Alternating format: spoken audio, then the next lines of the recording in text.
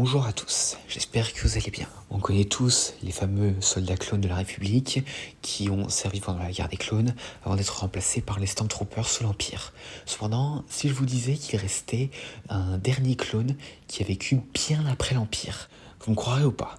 Eh bien, c'est ce que nous allons voir aujourd'hui avec l'histoire du dernier clone, Kix.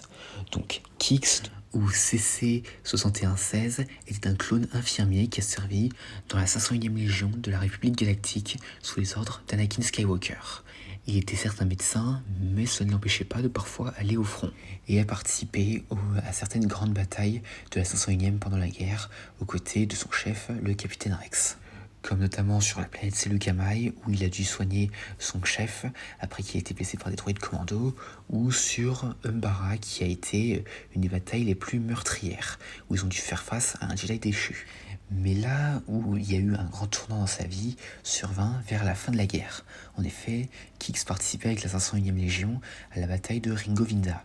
Cependant, pendant cette bataille, l'un des clones, nommé Tup, eut un dysfonctionnement de sa puce inhibitrice, donc ce que tous les clones ont dans le cerveau et qui les poussera plus tard à exécuter l'ordre 66. Et donc, en raison de ce dysfonctionnement, Tup s'en est pris au général Jedi Tiplar et l'a tué. Et après avoir vu ça, Kix fut chargé de l'examiner.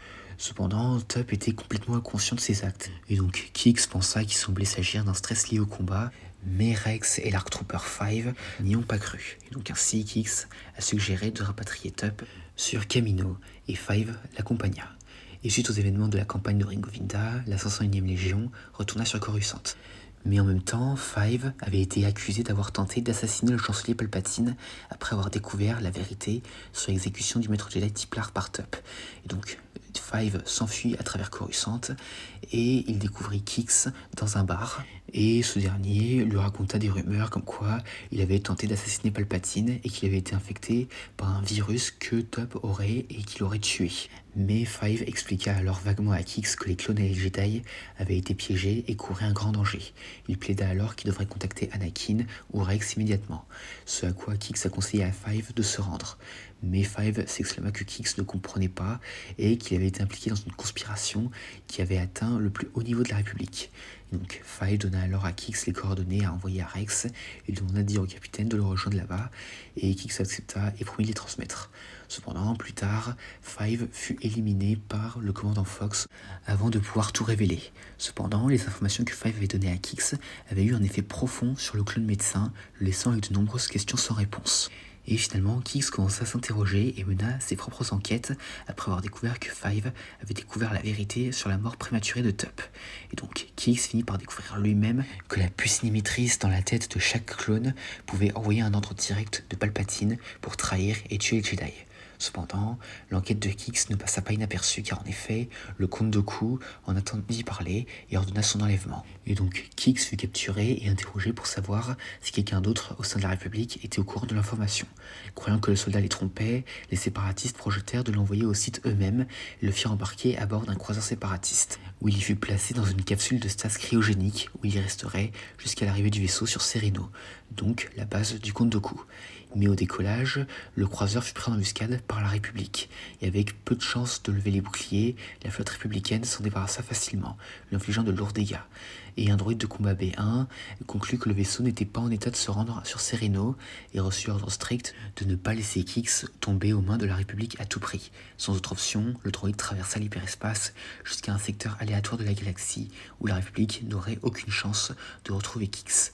Donc le saut transporta le vaisseau ainsi que sa cargaison Kix jusqu'à la planète désertique Ponéam où il s'écrasa inévitablement à la surface. Le vaisseau ainsi que le droïde et les autres à bord perdirent leur puissance suite au crash et restèrent sans vie pendant de nombreuses années. Et bien que le comte Dooku n'ait jamais eu affaire à Kix, ce dernier ne put jamais révéler aux Jedi la vérité sur les puces inhibitrices et l'ordre 66 fut exécuté. Et Kix resta en stase et le vaisseau resta intact pendant 50 ans.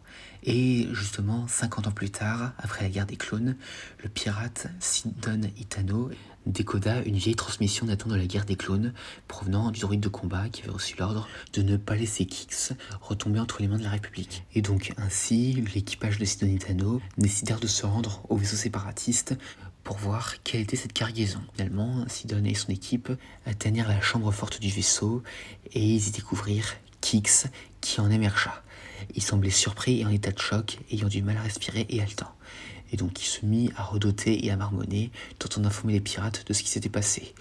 Et il leur expliqua ainsi la vérité qu'il avait appris sur 66, ignorant combien de temps il était en stase.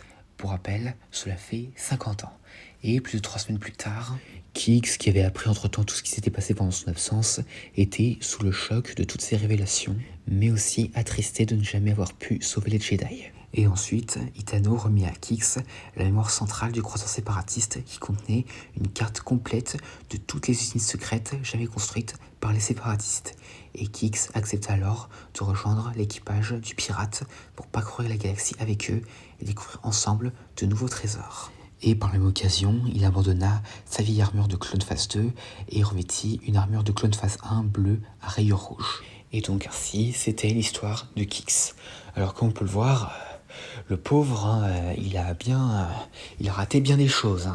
Et comme Five, il aurait pu sauver la République. Parce que là, comme Five, il avait découvert l'Ordre 66, mais il fallait que Dooku vienne mettre son nez là-dedans. Et donc ainsi, il s'est fait envoyer hyper loin dans la galaxie avec aucune chance que la République ne le retrouve. Et donc voilà quoi. Et en plus de ça, vu qu'il était en stase, eh bien, il a jamais vieilli pendant ses 50 ans de disparition. Et avec ça, eh ben, c'est le dernier clone connu à être encore vivant plus de 50 ans après la guerre des clones. Parce qu'en effet, on avait Rex et tout qui étaient encore vivants à l'époque de l'Empire, mais on ne sait pas s'il l'était encore pendant l'ère de l'apostologie. Enfin, je dis ère de l'apostologie, mais c'est dans la décennie dans laquelle se passe l'apostologie. Parce qu'en effet, l'apostologie, l'épisode 7 et l'épisode 8 se passent la même année, et l'épisode 9 se passe un an après. Donc 54 ans après la disparition de Kix, et il s'était réveillé 4 ans plus tôt. Et à ce jour, on n'a pas vraiment d'infos comme quoi il était encore en activité pendant le conflit entre la Résistance et le Premier Ordre. Tiens, d'ailleurs, je me demande ce que ça ferait si on voyait un clone de la guerre des clones faire face aux Stormtroopers du Premier Ordre. Dites-moi en commentaire ce que ça donnerait selon vous. Mais bon, à part ça, voilà, c'était Kix, le dernier clone à vivre dans l'univers Star Wars. Et donc voilà, j'espère que cette vidéo vous aura plu. N'hésitez pas à me dire ça dans les commentaires, et à la prochaine.